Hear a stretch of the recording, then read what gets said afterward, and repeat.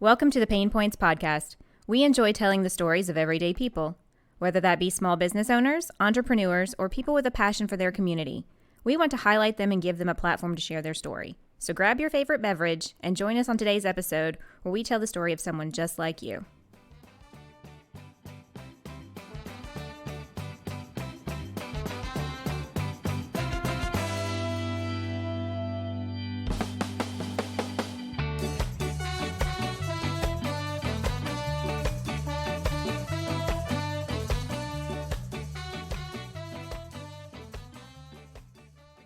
Hey guys, welcome back to another episode. I'm your host, Sarah Harbuck, and joining me is our producer, Megan Harbuck, and our special guest today is Brigette Kozash. Am I saying that correctly? I always get that wrong. Always, every time. Anyway, hi Brigette, how's it going? It's going good. How are y'all doing? Good. Pretty good. It's a Monday. Yeah, can't you tell? I say this in every episode just about like, I can't talk. I just can't speak in general. It's not a Monday thing. It's just my life. So why don't you tell us a little bit about yourself, where you grew up, your life now and where you're living and just some little interesting little facts about yourself. Well, my name is Brigette. I am a full-time stained glass artist. I live in Nacogdoches, Texas. Okay. I have lived in Nac for about 8 years this December. And I lived in a lot of places growing up. I moved a lot. So I mostly lived up north where my family lives. So I lived in Rhode Island for a long time. And then, my family lives in Massachusetts and Maine. So wow, it is a different world down here. Did you experience some culture shock when you first came? Well, so I moved a lot. So I lived in Virginia too, and then I lived in Arizona before Texas. So I remember my dad being like, "Oh, we're moving to Texas," and I was like, "Oh man, like all these Republicans." That was when I still identified as a Democrat. And now I'm not either of those things. So at the time I was like, oh, it's gonna suck. And then it was fine. I mean, I just wanted to get out of high school because I had been moving so much. I was like, I don't even want to attach myself to these people. So really the thing I was looking forward to was just college and just getting away, doing my thing. Was your dad in the military? Is that why y'all moved around a lot? No, he just job hops. Gotcha. And where did you go to school? So I went to high school or college? College. SFA. I went to school at SFA. Yeah. Axum. I didn't go to college, but I know that's the thing. Yay. Yeah. I went to SFA also, but that was like a million years ago. So you went to SFA. What did you major in? I majored in history and I minored in Latin American studies. Awesome. Okay. So from when I've known you, because Brigette and I met, I don't know, it was probably like 2017, 2018 when we met. We were baristas at Zine Party Coffee House together. What did you, before you became a stained glass artist, what was kind of your plan in life, with that degree? Well, I really wanted to be a teacher or a professor. But I'm not a very good reader. So I'm a good reader. I can read. I'm just really slow. So I should say that I'm a slow reader. So I just found that history wasn't the go because I can't keep up in grad classes. I took a semester of grad school, just really didn't work out. I really just didn't enjoy myself. And so that was what I wanted to do. And then I dropped out of grad school and I was like, okay, well, I need a job. So I worked at Standpipe and the library. And I enjoyed working at both places. It was nice. It was weird because I had to go back and forth a lot, but both jobs were very understanding of my weird hours. So that was nice. It was fun working with you too. Brigette is a very fun person. If y'all can't tell that by the way she interacts with people on social media. So I'm really glad that we're able to do this interview with her today. You also, if I remember correctly, you worked with my father-in-law briefly for a while, right? I work with Bob still. I Okay. Yeah. I do. I work with him probably once or sometimes twice a week, but usually just once a week. And sometimes it'll be like once every couple of weeks. You can tell I'm out of the loop there because I had no idea it was still a thing, but go ahead. I love working with him. He's really fun to talk to. I mean, the work is super easy. He pays really well, which I really appreciate of someone. Like, it's hard to find good wages here. And it's a nice side gig to like have some extra money to pay for like my supplies and stuff. So right, get your business going. You're kind of a jack of all trades. I've noticed watching you over the years. You're very good at anything that you set your mind out to do. Thank you. That's really nice. I think a lot of entrepreneurs kind of need that to be able to sort of fit into all kinds of different roles that can be really hard.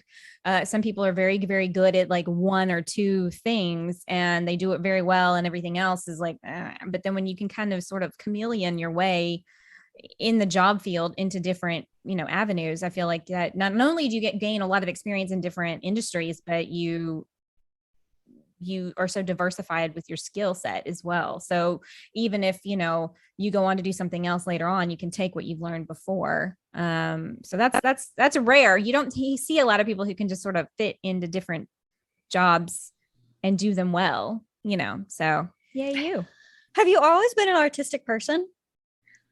I've always written poetry, since I was like a teenager full of angst. And then I wrote a little in school, but when I was in school, I started to really just focus on like school because I'm trying to like get A's and B's so I can graduate. And then also like trying to organize politically here in NAC. I was super big into political organizing here for a while. I still am slightly, but I I kind of realized that like what I need to do for if I want to make a difference, like in our community, like make people feel welcome, is really just organize the art scene here and do event organizing here for that. So that's kind of where I've kind of like settled on is like, okay, well, if I want to do something, it's not going to be politics because I get like super burnout, like super fast. And I get like, and in Nacogdoches, I'm a leftist. So like, that's not a thing here. Like there are some leftists, but there are very few of them. So. Yeah, it's kind of fighting like an uphill battle in our area when it comes to things like that. If you want a more progressive candidate, they don't have a snowball's chance of hell in winning, unfortunately. Yep. So you can put all this energy and effort behind them, and then it's not going to go much. And then I started just not aligning with any of the politicians here.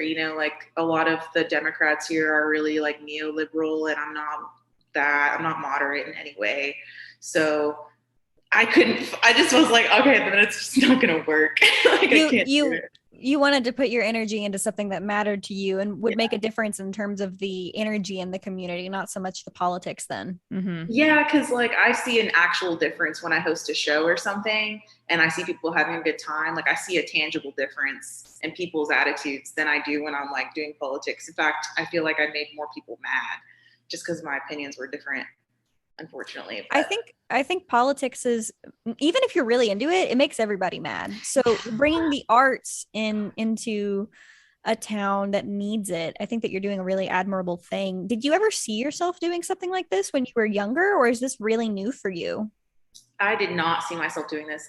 Like I said, I moved so much. I didn't have that many friends. So I really didn't even know who I was until I was probably like I say know who I was, but like I didn't start to find myself because I still haven't found it yet, but probably until I was like 21, like after graduating college. So I did not envision this for myself, but I'm super glad it happened for sure. What do you do? Being an artsy type of person, people in this field tend to have certain habits or things that they do on a daily basis to kind of set them up for success for that day or for that week, whether it's be affirmations or meditation or something like that. What do you do, Brigette, to kind of set yourself up to put yourself in a positive mind frame or to just be successful that day? Man, a loaded question. No, that's a great question. And I wish I had like a cool answer. Like, well, I spend 15 minutes doing mindfulness practice. I wish I did.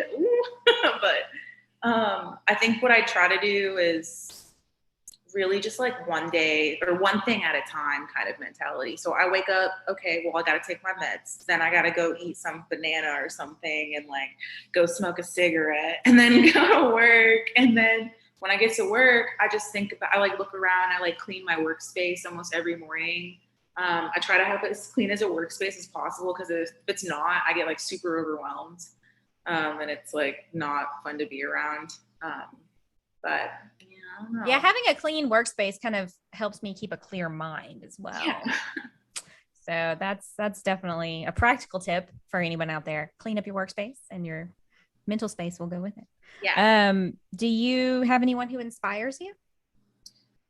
Yes, I have a lot of my friends inspire me. And that sounds super cheesy, but it's super true. You know, like when I started doing music events here and art events here, it wasn't without the help of a lot of the people around me. So I think someone I really look up to, and I say look up to, she's my friend. So I don't want to be like weird to be like, I look up to this person. They're like, I'm putting them on a pedestal. But like my friend Crystal Hicks, she works at the library. I really do look at her work and think, okay, if I want to do an event right, this is how I do it. And then also like, as far as like artistically, yes, like, I mean, I work in an art collective with 3 other folks. So their work inspires me and their productivity inspires me. So, you know, all 4 of us experience burnout regularly. And so it's nice whenever one of us is experiencing burnout, one of the other people isn't. And so you're like, okay, I can be in the studio at least. I might not make a lot today, but at least I can try and be around that energy of it. So it's kind of an accountability system as well, where you guys kind of hold each other. Hey, you're not having it today, but you know, you'll get there and just try something. And, you know, it helps you kind of get over that hump. I would feel maybe. Yeah. Being really like kind to each other too. Not like, you know, a lot of us. So my friend Britt, she's in the collective. She works a full-time job, or almost a full-time job. It's like 30 hours a week. And so she like gets more tired than the rest of us because she's got to work too. And so like, I don't want to like be like, well, you're not at the studio, so like, because I would hate that said to me if someone was like, well, you weren't at the studio all week long. And it's more like, hey, you want to hang out and like smoke a little bit at the studio and like work and get something on. Like, it's like a clubhouse. It's more like a little more like not as fun as that, because we all do have a lot of commissions, but right. Well, yeah. Sometimes work gets in the way. Do you have any hobbies or anything that you enjoy outside of work, or, you know, when you have some free time, if that exists for you? Yeah, I am a workaholic. So I work every day almost, except usually one day a week I don't work, which is usually like Sunday or Saturday. But, you know, I do like to spend time with my fiance. And so we like to go hiking together. And we like to go like mushroom foraging and waterfall hunting and all that. And then alone, like my own hobbies, like I really enjoy gardening. I talked a lot about that with Bob Harbuck. That was super, like we talked a lot during our gardening for spring and like planning it. And he gave me some starters and I gave him some starters. And everyone in my community gave me some starters. And it's a nice way to like relax, because for me, being outside is really important. To be mentally healthy. So that's like a super big hobby of mine. Right now I don't have a garden because it's late summer. I didn't plan a winter garden, but I do plan doing like community garden at the collective next year. So oh, nice. That would be awesome. Yeah. I really just want to give away food to people. I'm not trying to sell or make money at this. So, you know, I think that's like kind of a lost art in a way, gardening, because, you know, you just never know. We rely so heavily on supply and grocery stores and things like that. And as we learned last year, and with things being in such short supply, and there was, you know, shortages in grocery stores for weeks and weeks and weeks, you know, knowing how to grow basic things is not a bad thing. So I think we should all kind of delve into gardening as a part-time hobby. We may need it one day. Yeah, for sure. Do you have any like favorite TV shows, books, movies? What's on your to read list? What's on your to watch list right now? I've been watching a lot of films lately, which is weird because I don't usually do that. I watch a lot of like YouTube. Mm-hmm. Speaking of YouTube, I've been super obsessed with Bailey Sarian. She does like true crime. Yeah. Oh, We talk about her all the time. Yeah. I adore her. She is sometimes what gets me through a day at the studio. I'll just put her on. I had her on before I called y'all. Like, and then I like dramas in general. I just started Downton Abbey, and then I finished. Well, I watched a lot of Friday Night Lights. I love dramas. I just love to cry. I love emotions. I love to feel. So anything with that. I just watched the whole John Wick series though, which is action. That was wild. So yeah. I mean, who doesn't like Keanu Reeves though? I'm saying, right? Exactly. I watched a movie recently you might want to check out called Promising Young Woman if you like drama. I watched that the other night. I mean, I was like, oh boy, why didn't more people why weren't they talking about this more? Like, or did I just miss it? I must have missed it because it came on HBO Max and I was like, oh, I haven't seen that. And I heard a lot of people talking about it and it was really good. The end was good. wild. I know. That's what happened. I was like, the ending was not what I expected, but it was so good. So, hey, if you were listening and you want a really good movie to watch, Promising Young Woman was great. Awesome. Is it time for the rapid fire questions? It is time for the rapid fire questions. This is the part of the show where we just ask you questions and you just give us the first answer off the top of your head. Okay. Okay. All right. What did you have for breakfast? A cigarette. How do you take your coffee? Black or with cream. Both are fine. What is your favorite song right now? I really like Breadwinner by Casey Musgraves. Love Casey. She's great. Yeah. Are you currently watching a TV show? And if so, what show? Kind of goes hand in hand with what we were talking about a second ago. Sorry. Yeah, I'm watching Downton Abbey. Excellent. What is your favorite book? The Bell Jar by Sylvia Plath, of course. Oh, yeah, that one is good. Favorite flavor of ice cream? Neapolitan. Coke or Pepsi? Coke. Sweet or salty? Salty. Beach or mountains? Oh, that's so mean. Right? The beach, yeah. Okay. Zodiac sign? I'm a Leo. Spring, summer, fall, or winter? Fall. Introvert or extrovert? I'm an extrovert. What is your favorite color? Orange. Is a hot dog a sandwich? It's a hot dog. You are the second person in a row to say a hot dog is a hot dog. We just like to ask that because it's fun. Yeah. What is your favorite social media platform? Instagram. I love Instagram. Yeah, me too. I have a really hard time with like Twitter or Facebook. I had a Twitter. I deleted that on request of my mental health counselor. Fair. I had Twitter for like a month, like 10 years ago, and was like, this is the worst thing I've ever experienced in my life. I'm leaving. I'm barely on Facebook unless I have to be. Instagram's where it's at. People are nice. Or TikTok. Yeah. Okay. So let's get into the actual business side of this podcast. You run a business for stained glass called Cheek Chewer Productions. Is that right? Yeah, it's Cheek Chewer, but I put productions at the end of it because I couldn't get that email. So. Fair. Oh. Well, I've been there. I know it. And we can also talk a little bit about the art collective. Yeah, definitely. So you got into stained glass. Has that been like a hobby or an art thing that you've done for a long time? Did you take a class? Like what sparked that I'm going to do this as a business?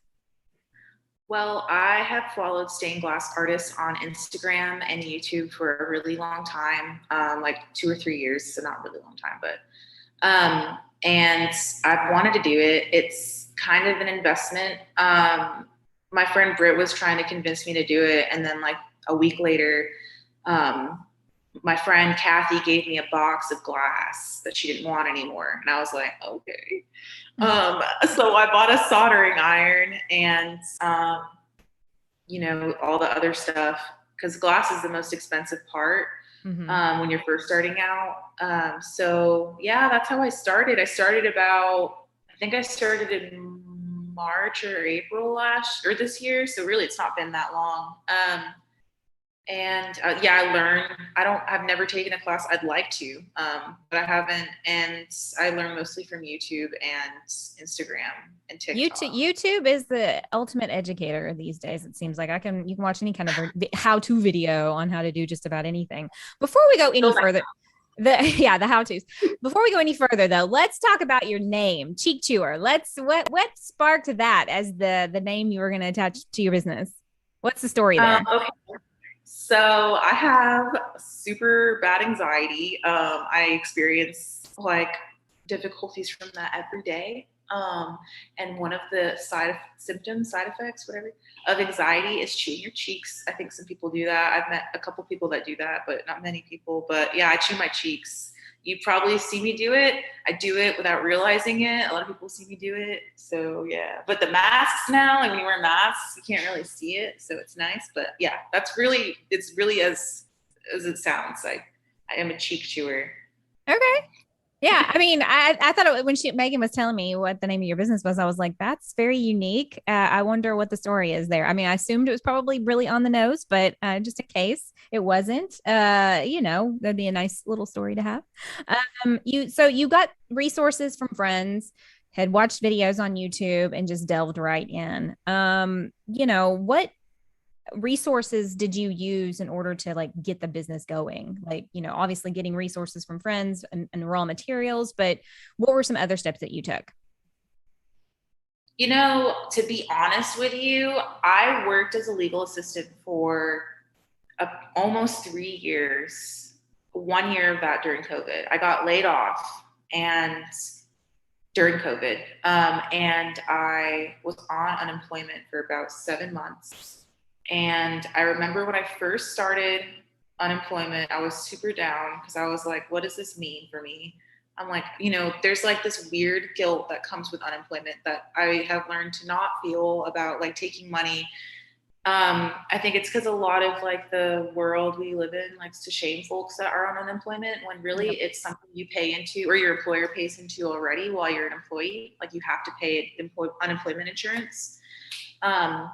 If you have a certain amount of employees. So I was on unemployment and I went to my fiance's parents' house for dinner. And I'm like sitting there, like just engaged to this man, like, oh, I'm your almost daughter-in-law and I don't have a job right now. Like feeling really self-conscious and trying to open up to them about it. And I remember his dad, Jeff, was like, this is a great opportunity for you to take the extra money that doesn't go towards your bills every month and start investing in yourself as an artist.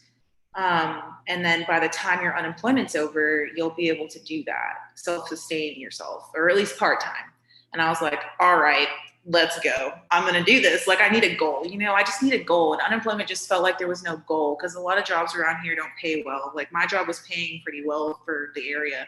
So I was just super bummed and I needed a goal and that was it. So that's what I did I took my stimulus checks from COVID and my extra unemployment, and I bought supplies like for preparing for self-employment. And yeah, that's really how I prepared to jump into it, it was still scary. I think when I started, like I had gotten off unemployment, so like no more checks. I think I had like $1,000 for myself as backup. Nice. And I was like, let's go. I'm jumping in. And I never had taken a commission yet for stained glass at that point. So I was really risking it, but it worked out.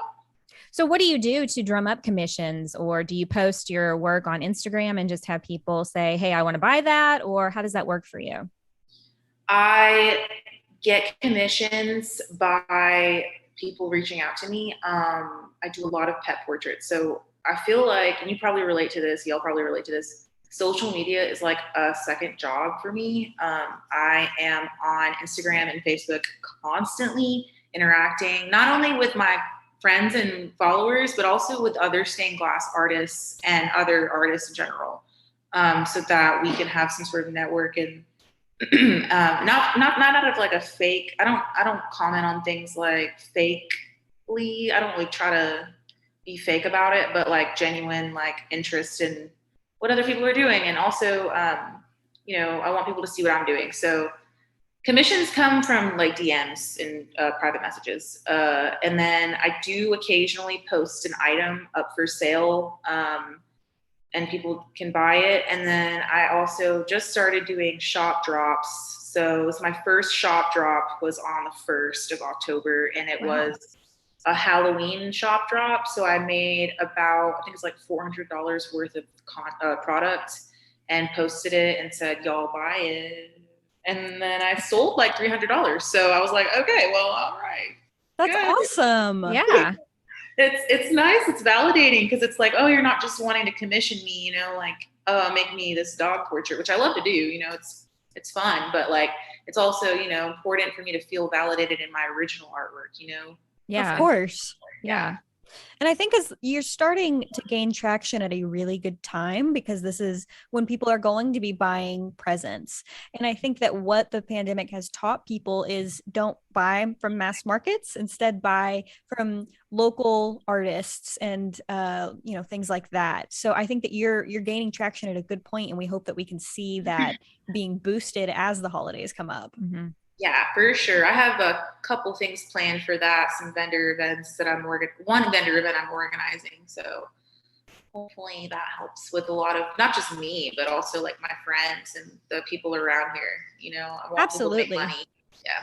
There are so many local creators in Nacogdoches. I mean, we know several people just ourselves, and I wish, I hope that one day we can bring back the psychic fairs. Those were fun. And I'm sure that you would be very successful at those. I used to do those back when I was a professional tarot reader. And there's just so many talented people in the East Texas area. It's incredible. It really is. We have so many different types of artists with different types of mediums. We also have a lot of musicians that vary genres, like widely vary.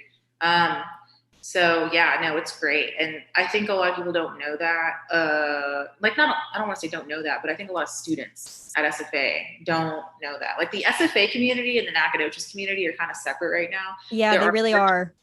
There are bridges being built, and I see like faculty doing that, and I'm really happy about it. But I want that to improve so that they know that they're not alone in being artists here. You would think that would be a natural funnel because, Nacogdoches is a university town, and there's a big art community within SFA. And there's also a big art community outside of the university. And I would have thought, not really being part of that world, that it would have been a natural transition from one to the other. So that's interesting to hear that there isn't one and that they're working on it. There is starting to be one, I think. I think that the people that are really working on that are Cece Kahn and Eden Collins. They're both working on making it like bridging that gap. So Cece's like amazing. She's a theater professor at SFA, and she is really good at bridging that kind of gap. She brings her students to her town events, and then, tries to incorporate the town in her production. She's had like Casey Muse perform at a play that she did. So that's really cool. We have some cool things happening. There's an SFA exhibit at the Firehouse Collective in November. It's a sculptures installations exhibit. So that'll be a really cool way to like get everyone to just kind of come together. And then there's an art fair the week after that. So that is cool too. The only thing about SFA is that I have a kind of an issue with, and I wish this policy would change, is they don't allow outside vendors to vend on campus. You have to be a student, faculty, or staff to vend on campus during any kind of vending event, which they have. They have like pride vending events and holiday. They have their own holiday vending events, for artists. And I get it. It's important for students to have first dibs on the community at SFA. I totally understand that. But when you can have like a large scale event, like a market, and more people come because of that, then it really kind of evens itself out. Yeah. Well, and it's also really important to network in that particular industry. I mean, any industry really, but especially within that one, because there's so many connections that can be made that you don't necessarily, they're not advertised, and a lot of that is networking, going to these events, going to these arts, these art fairs that you meet with people and you can be connected with people who, can elevate you and elevate the industry as a whole. So yeah, I think that's important. And to see that connection kind of budding and you're going to get to be a part of that is, I think, a good thing. So yay. Let's talk a little bit now that we're kind of on that vein about the collective, the art collective. Were you instrumental in getting that started? Did you just join up? Like, tell us a little bit about the history of that and how that's going. So our collective's called the Firehouse Art Collective. It's primarily a private studio. So where we work, I work there every day. But it is once or twice a month going to be open to the public for events. It's me and then Britt Mitchell, Dylan Graham, and Brittany Holden. Brittany Holden does paintings and clay work and jewelry, and Britt Mitchell does clay work, jewelry, and painting as well. And she does kind of some sculpture work too. And then Dylan does sculpture work and murals and large scale paintings. His work is really cool, really like dark. So we got together. So me and Brittany Holden have been wanting to do this for about 3 years now. And we had found places over time to rent, but it didn't work out. And so we just kind of waited. Then COVID happened and we were like, oh, okay, can't really do anything because we're broke. So we waited, and then I was getting to the end of my unemployment, like I was telling you before, and I was like, I need a space to work. I cannot keep working at home. I'm going crazy. Like, I need to leave and have a dedicated workspace. Otherwise, I'll be working all the time or none of the time. It's nothing. Right. So, and then Brittany was like, she's like, I have 10 commissions right now, and they're all big canvases, and I have no room in my apartment for them. And I was like, girl, let's do this. And then Britt and Dylan were like, same, like we need room and a dedicated workspace. And Dylan has a lot of huge paintings. They're like giant. So, we were just like, all right, let's do this. So we found a place and we split rent equally. It's very horizontal. There's no hierarchy or president or, anyone like that. There's no one that is the leader. It's just very horizontal. We're all equal. We all have equal opinions. We all matter. So yeah, that's what it is. And we've been open since last month, but we've had the space since May. Wow. Yeah. And did you guys all meet through just like different art events? Were you friends before? How did you guys come together? I met Brittany Holden first. I met her at the bar at Flashback Cafe and at Pine Knot. So that's how I got to know her, Pine Knot Music Co-op, which is at Millard's Crossing. Mm-hmm. And so I got to know her. We just became really good friends and we're best friends. And, she's someone I organize with. She has ideas for shows all the time. And I like to, hop on and help as much as I can. Britt, I met, I think it's almost 3 years now, or 2 years. No, I don't know. No, 3 years. I met her at the bar. I was at the bar and I laughed like really awkwardly. And she was like, I like your laugh. And I was like, do you want to go play Jenga with my friends and me? So that's how I met Britt. And then we moved in together like a few months later because she had just moved to Nac and she was living with her parents. And I was like, well, let's not do that. Let's like hang out with me. And like, I need a cheap place to live too. And then Dylan, I met before I met Britt, but I had not been close with Dylan because he moved, I think, to like Louisiana for a while, and like he's a tattoo artist, so he like has been around and so Dylan and I got close during COVID, and then he and Britt are dating, so I've gotten really close with him because Britt's my best friend, so he's at my house as much as she is now. So Good yeah. And you guys promote artists and the art world by having these little shows and different things. So walk us through what one of these events would look like if we were to go.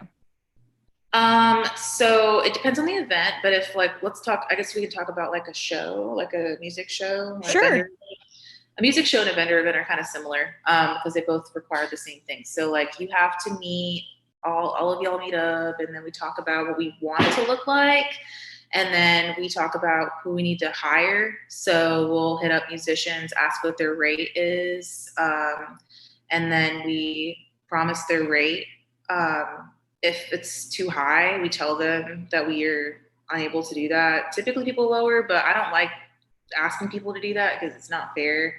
And then we put out some word about vendors. I've done Google Forms for vendors, and I've also just done like come out and set up vendors. We get sound equipment. So we borrowed sound equipment from Michael Newber at Purple Haze, but now we have our own sound equipment. So we don't have to do that in our own space. We don't have to rent a building anymore. We used to get Macklemore's a lot and Purple Haze a lot for DIY spaces. So yeah, and then we just we charge door for things typically, or vendor fees, depending on the cost of musicians to pay the artists. We don't make profit. I think I've made profit 2 times ever, and it was like less than $100 for like hours and hours of work. I like when it happens because I'm like, oh, nice. I can like, buy some drinks or, like buy some art that people are selling, but I really don't care. Like, it's fine. I just want people to have a good time. And that's what really like fills me up, fills my cup up. So promoting that, world that, collective, as you call it, sometimes isn't terribly profitable, especially in the beginning. Y'all are in early days yet. So Who knows what the future holds in terms of what that will look like. The more you do these kinds of things, building that community spirit, it's hard work. Well, we used to do it at the coffee shop in the early days, and it's that in and of itself can be a full-time job when you're trying to bring in talent and, expose the people in this area to different things. It can be a challenge. So I've been there. I know it. Like a promoter, people like the brewery and the Fredonia Brewery and, Max, I think's done it. And several places around here have hired promoters that like are paid to bring in talent. It is a job. It's hard. You have to like work with people and you have to go through people's media packets and like figure out who would be the best fit. And, it's fun though.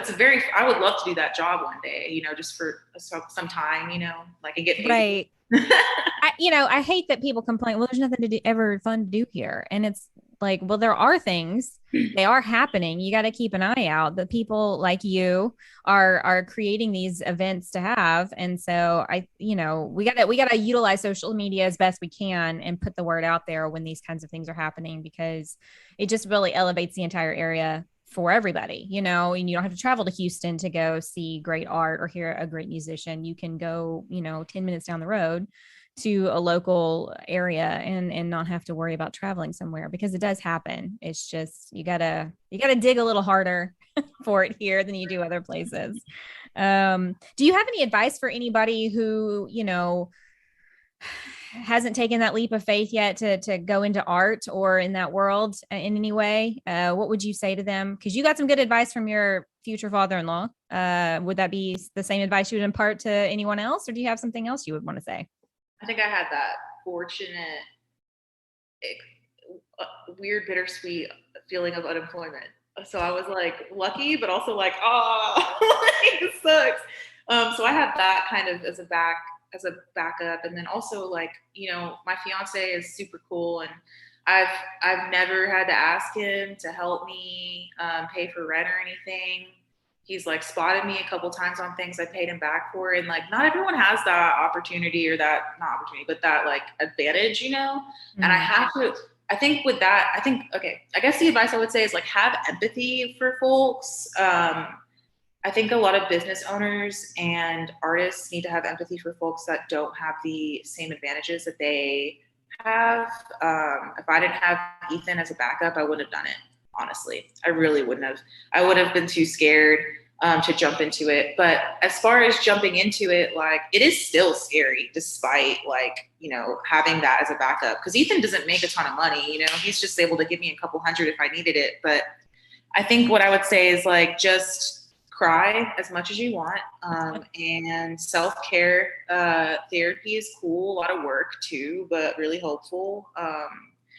And budget, I'm still working on doing that properly. A lot of the times it's really just commission to commission to commission. I pay a bill as soon as I get money.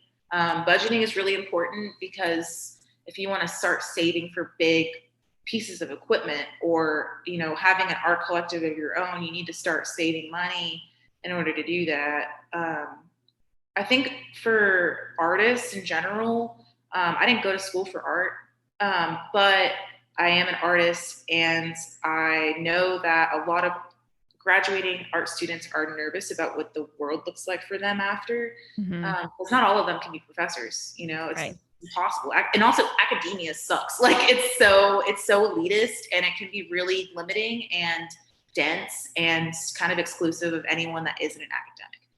I've felt that way for a long time. But anyway, I think a realistic possibility for an artist graduating is an art collective, because if you find 3 or 4 of your friends that want to make art full time, y'all can come together and get a studio together and pay $200 or less a month on rent, and like work in a studio, have that space and time for yourself, and feel like there's a confidence that comes with that. It's like, oh, I'm going to work today. I'm going to my studio today. I'm going to work on some stuff. And it's when people come pick their things up, or when I do like exhibits and stuff, like it's nice that people can come to a physical location and be like, hey, I think that's really like all I have to say. So like a good support system is what you're describing. Really, yeah. On several levels, personally and professionally, a good support system. I think that's essential pretty much in any endeavor you do, but especially in your field, for sure. What does the future hold for you specifically with your business, but then for your art collective? What do you guys have going on in the pipeline? Right. So like personally, my next goal is to buy a ring saw, which is like a cool way to cut glass. That's my personal goal right now. And then as far as the collective goes, we just want to have, me and Brittany specifically wanted this collective to have music events.